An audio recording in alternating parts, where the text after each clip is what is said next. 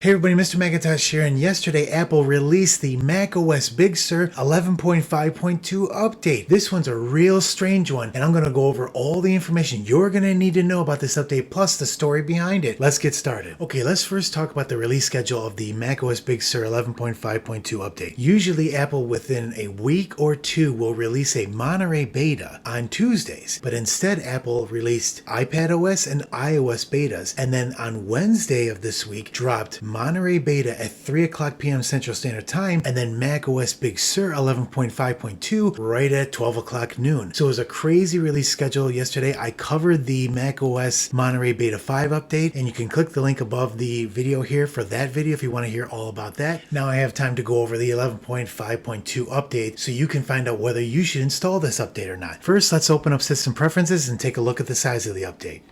You should see the update pop up in Software Update for your Mac. So let's click on More Info, and we can see that this update is 2.54 gigabytes in size. Now keep in mind, this is the smallest update possible because on this Mac we're running 11.5.1 20G80, and that's only one small dot increase to the new 11.5.2. So it'll be the smallest update. Now if you're coming from 11.4 or 11.3, the update will be larger from 3 to 4 gigabytes in size. So now let's do a live install on this, and we'll click Install Now. And what I've been doing recently is I've been keeping an eye on the time it takes to install the update through the three processes. First the download, then the preparation phase, and then the restart to the Apple logo and the white progress bar with a black background. And then you can compare to say, hey, how fast is my update compared to what one of the fastest Macs available today is. So if you have a 2016 12-inch MacBook, for example, it could take twice the amount of time, but at least you have a benchmark of amount of time that this update is going to take. So let's click Install Now,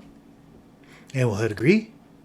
And then it'll automatically start to download. Now, if you have automatic downloads in here and your Mac's been online, it would have already downloaded this update. And you can see that this button would have been just a restart now. That's the idea of the Big Sur and Monterey update changes over what Catalina, Mojave, and High Sierra were. With the sealed system, it can prepare the update while you're working on the Mac and then prop up a notification bar up here to say restart now to save you that preparing time. Because again, you don't really always have to come in here and wait for this preparing. It should be ready to go as long as you have download new updates available. And if you have installed new updates available, it will automatically install anytime during the night when you're not using the Mac. Or if it does come up during the day, you can tell it to wait until later in the night. Okay, we finished the preparing phase, and I started at 10:05 and ended at 10:12. It only took 7 minutes of the estimated 15 minutes to prepare the update. When it's done, you can see the button changes from update to restart now, and you get a notification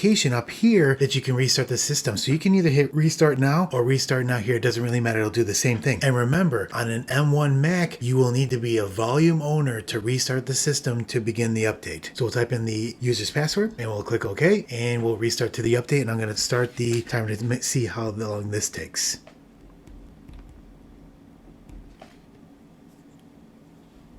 Okay, we're back. Let's log in. And we're back at the desktop. So that update, the actual updating part when we're in the black screen with the progress bar and the white Apple logo and the black background, only took 15 minutes. So from preparing to installing the update, it only took 22 minutes in total. And that's one of the fastest update processes that I've seen in a while, especially for Big Sur. Actually, it could be the fastest update of all Big Sur updates. So that was the time that it took to install the update. Okay, the new build number of the 11.5.2 update is 20G95. And to get this build number to show up, all you need to do is click on the version number and this will show up. Now let's talk about the storage of the update. I told you that I wanted to keep track of how big the storage is or the system size is after the update. So let's take a look at that. We'll click on storage here and we'll give it a second to calculate. It'll say use space until it calculates the actual space that is used by the system here. So we'll give it a second here. And while we're waiting, I'll pull up the screenshot of what it was before the update. And there it is. So before the update, it was 15.33 gigabytes. And after the update, it was 15.33 gigabytes. And again, this normally doesn't change, but I think it's something interesting to keep an eye on in case it does change and the system size does get larger or smaller. Also, Apple did not update the Apple Silicon M1 firmware update. And you can see in my article here that I keep track of all the previous updates. And notice that Apple normally only provides a firmware update for M1 devices devices on a big release like 11.5 or 11.4, and usually does not include it in point releases like 11.5.1 or 11.5.2. For the Apple Intel T2 Macs from 2018 to 2020, they did not update the BridgeOS, the software that runs on the T2 security chip. And I keep track of all the IPSW downloads here so you can restore BridgeOS in case you're ever having a problem with an update. Apple did release a full installer of the macOS Big Sur 11.5.3 update, and you can download that here in my article here that gives download links directly from Apple. That includes the full installer, so you don't have to worry about trying to get it from the App Store. And also, Apple released a full M1 IPSW restore file for 11.5.22, so you can restore using Apple Configurator 2 and DFU mode and with a second Mac. Now that we got those details out of the way, we can talk about the strangeness or the weirdness of this update. What do I mean by weirdness? Now, if you were looking at that screenshot that I had above here in the System Preferences Software Update pane, it says this: macOS Big Sur 11.5.2 includes bug fixes for your Mac. And that's it. This is the first time that Apple has done this for all of Big Sur's releases. And now let me show you that page on where Apple documents the changes. So if we scroll all the way to the beginning, every single update that Apple ever released, all the way back to 11.0.1, came with a detailed list of all the actual changes. Now, notice how Apple does put on 11.5.1 that important security updates were released with this update. The difference with this particular update on 11.5.1 is the fact that it does mention security, and there's an associated security update page that talks about the changes in the 11.5.1 update that tells you what they actually fixed on the security side. So we click on 11.5.1 and see that, oh, hey, there was a pretty serious issue that was patched, and that's reason enough, especially this one, since it was noted that it's been exploited in the wild already. That's enough reason to update. But if we go back here, we see that Apple did put something in the security notes, but look what it says. This update has no published CVE entries. So to me, that says there is no, and again, this is open to interpretation, but we're just trying to go from the data that Apple's giving us. If we go back to this page, that this only includes bug fixes for your Mac, and it says nothing about security updates. So if it does do something, it must do something in the operating system to fix maybe a problem with one of the pieces of the operating system. So you're thinking, well, what could that possibly be? Well, the good news is my friend Howard Oakley, who has a wonderful site called the Electric Light Company, dug into the update and found that Apple did change some of the Safari frameworks and the version of Safari. So let's take a look at that. Previous version of Safari up, and then we'll open up Safari and we'll check that version here. So you can see that only the very end of the build numbers changed. 10.1.3 changed to 10.1.6. So that's a change.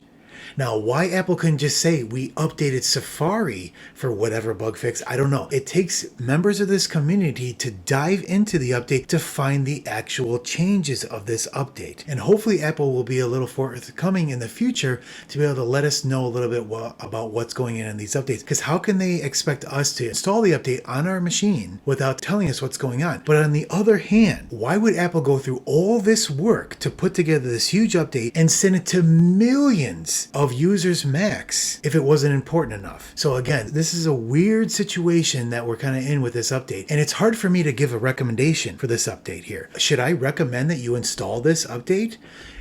It's tough to say. If it was security based, yes. If your Mac's running fine, there's nothing wrong with skipping this update and then going to, maybe, let's say there's 11.5.3 that comes out, that maybe it's a security update, or maybe even Apple comes out with 11.6 maybe later this month. I'm guessing they are. A lot of people are saying that they're not going to come out with 11.6. I think they will, because if you look back in the history of the past 5 releases of macOS, Apple has always gone to at least 0.6. And I think that will be the final release until it switches over to security update mode for macOS Big Sur, because we're expecting macOS Monterey to drop within the end of September or sometime within October. So we're getting to the close of the end of life for actual bug fixes for macOS Big Sur. Now let's talk about unsupported Macs. In my macOS Big Sur and my macOS Monterey videos, I'm going to now include a section near the end of the video that talks about unsupported Macs to give you any kind of news or updates that revolve around these patchers for Monterey and Big Sur. So for OpenCore and Patch Sur, I've seen users already provide screenshots of successful updates to macOS Big Sur 11.5.2 with no issues so far. For macOS Monterey, I forgot to mention in the macOS Monterey update video is that there's some issues with Bluetooth and Monterey right now. Now I'm trying to figure out where these are resolved. Are they all Macs or not? So it started in macOS Monterey Beta 4 and still is there in Beta 5. So if you're on Beta 3 and you haven't updated yet, I would hold off yet until we get more of a confirmation on what's going on with the Bluetooth issue on macOS Monterey right now. I also wanted to go over a quick Geekbench 5 benchmark score on the 13-inch late 2020 M1 that I'm running on, and on Big Sur 11.5.1 we had a 1746 and a 7693 on the multi-core, and then after the update we had a 1737 and a 7690 compared to a 7693.